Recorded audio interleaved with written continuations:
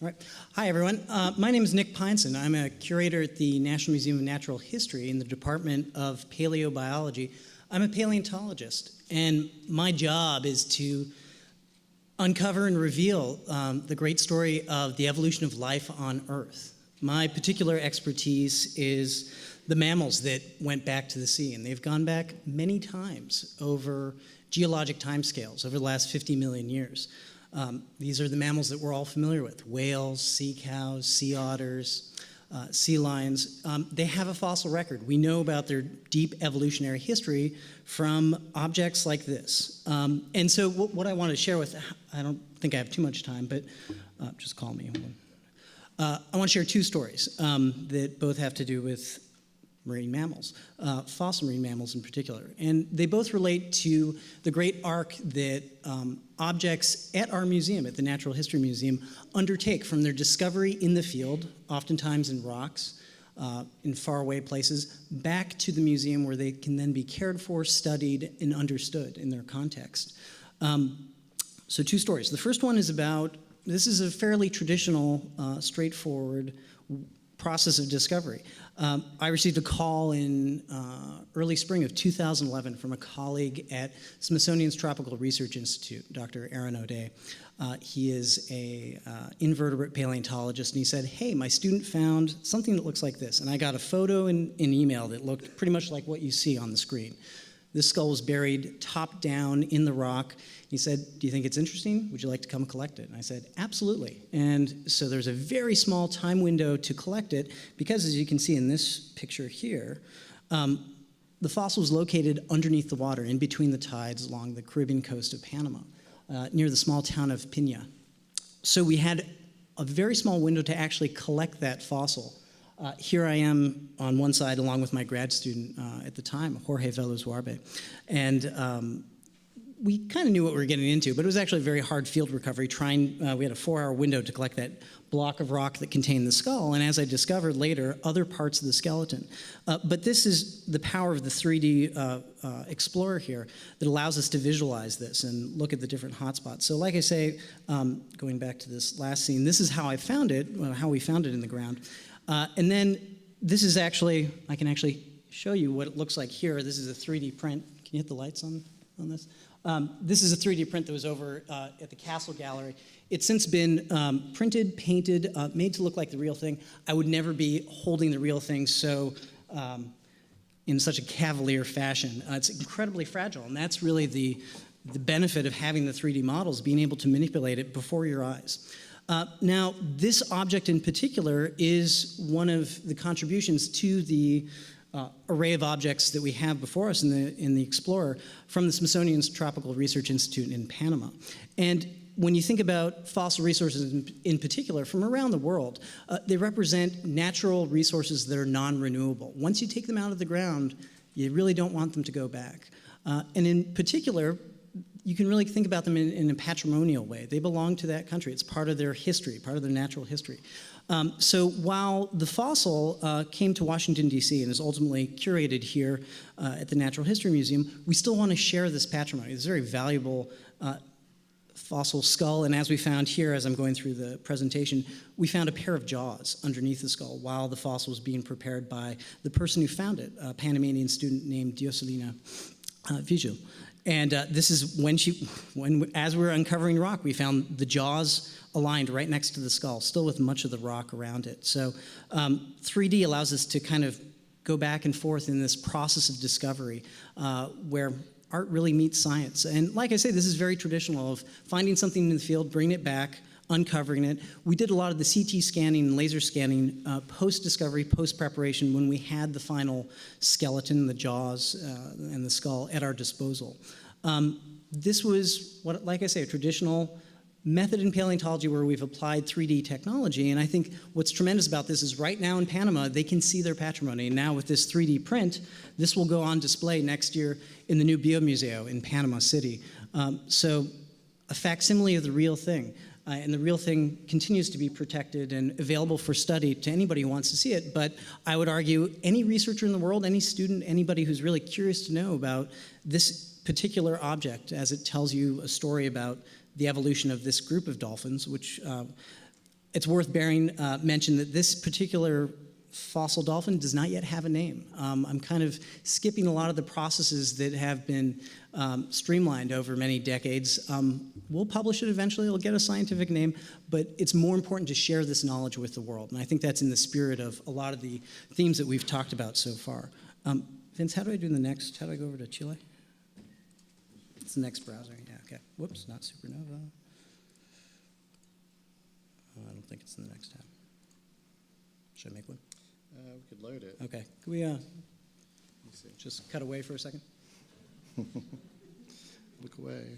I think you want to, yeah, there we go. Which one? I think let's start with B40. Will it hit the tour that way, or do I have to? It's going to talk to it. Is it talking? Yeah, there we go. All right. So the second story, and I don't think I have too much. Is it going, loading? I don't have too much time, but this is really, this is a different story. So the story of the Panama dolphin happened prior to when I met Adam and Vince in their, as Adam referred to it, in their hunt around the museums on the Mall and elsewhere looking for objects. I'd already done the Panama story, and so when I met them shortly before, I was conducting some other field research in South America, in Chile. This is a unique story of time salvage and recovery of fossil resources, and a dramatic site that really, whose story has not yet fully been told. So there's some things I can tell you about this, and there's other things I can't, because we still haven't published the paper, and so a lot of the information and the story is embargoed. But what I can show you is this picture here. And every black tarp going off into the distance along the side of the Pan-American Highway in this part of the Atacama Desert of Chile represents another fossil whale skeleton, about 5 million years old or so. You can see one of them here. You can actually see parts of this one that I'm toggling on the mouse down there. Can you guys hit that with the lights? I don't know if we can do that. Parts of that have now been 3D printed and will go on display in the new Curious Center at the Natural History Museum, which is a venue where scientists can interact with the public in a very intimate way. And what we hope to do is print out more parts of this one particular skeleton down here in the foreground and have that mounted on display. This was conducted in partnership with 3D Systems and their team, which has just been a fantastic and very exciting kind of project, because nobody's really done something like this before. Print a full-scale fossil whale and put it on the wall. So back to why we have the Explorer. Well, I brought Adam and Vince down there because the scale and the time sensitivity of trying to capture data from the site was in the span of weeks.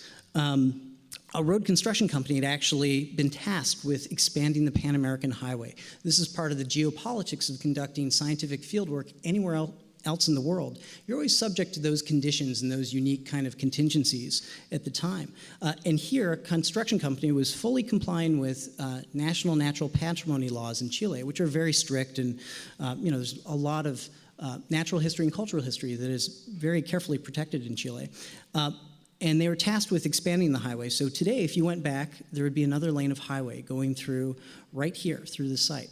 We had a few weeks to collect whatever data we could on the context and the skeletons before they were excavated and removed, and then moved off-site in these giant plaster jackets where the information is essentially locked off until somebody has the resources to study them. But with the grab bag of digital tools, we were able to actually document these fossil whales in context. And this is really tremendous. So these fossil whales, if you saw them 5 million years ago, they'd look a little more or less like the living ones. But there's details about this site that I can't share explicitly that tell you something interesting about the story of how 40 skeletons of whales ended up in this 250 meters of road cut. And I'm just going to walk through a few of the skeletons. What's really important here is that we have the context. And 3D is really important because we're talking about skeletons that are between 20 and 30 feet long. And with 3D, you can even, so this skeleton in particular, I have a 3D print of right here. This is tremendous. I just love being able to hold a whole skeleton in my hand. It's a tremendous learning tool. It's a tremendous, for me, it's a tremendous sharing tool for just going to a broad audience, being able to communicate that in a very tangible way. This is what it looked like. This was a snapshot of research in action, and I think this is incredibly invaluable, and this is what's really transformative to me about this technology. It's not so much the viewer, which is fantastic. Again, this is about sharing and showing you different being able to communicate the data that we did collect, but it was also the time sensitivity that we've captured that moment in time. And there are, I think as Keith mentioned before with cosmological Buddha, there are dissertations waiting to be done on these data sets. There's thousands of dissertations, really. I don't have time to do all of them, but those data will be there for future generations. And I think that's again in line with what we do here at the Smithsonian is playing the long game, more so than I think almost any other institution can in the world. There's some fun things too here with this one particular skeleton. There's some Easter eggs. Those are the footprints of Adam, Vince, and one paleontologist, along with a paintbrush. And the beer bottle didn't really show up. There's a lot of other Easter eggs in there that are probably 18 and over, but those are there. So we like to keep things interesting. But like I say, there's a lot more to say about this story about Cerro Baena, this one site with 40 whale skeletons, and why they're all there. And I hope to share more about that in the future, and especially through this one fantastic platform for sharing digital information. There's also a ton of YouTube videos out there that show, in a time-lapse fashion, the process of collecting this data, which was really exciting and thrilling. It's amazing to think that we did this all in 6 days in the middle of the Atacama Desert, right next to the highway, working night and day. It was really just an honor to get to work with Adam and Vince in this way. So those are my remarks for now. I'll leave it to Adam and Vince.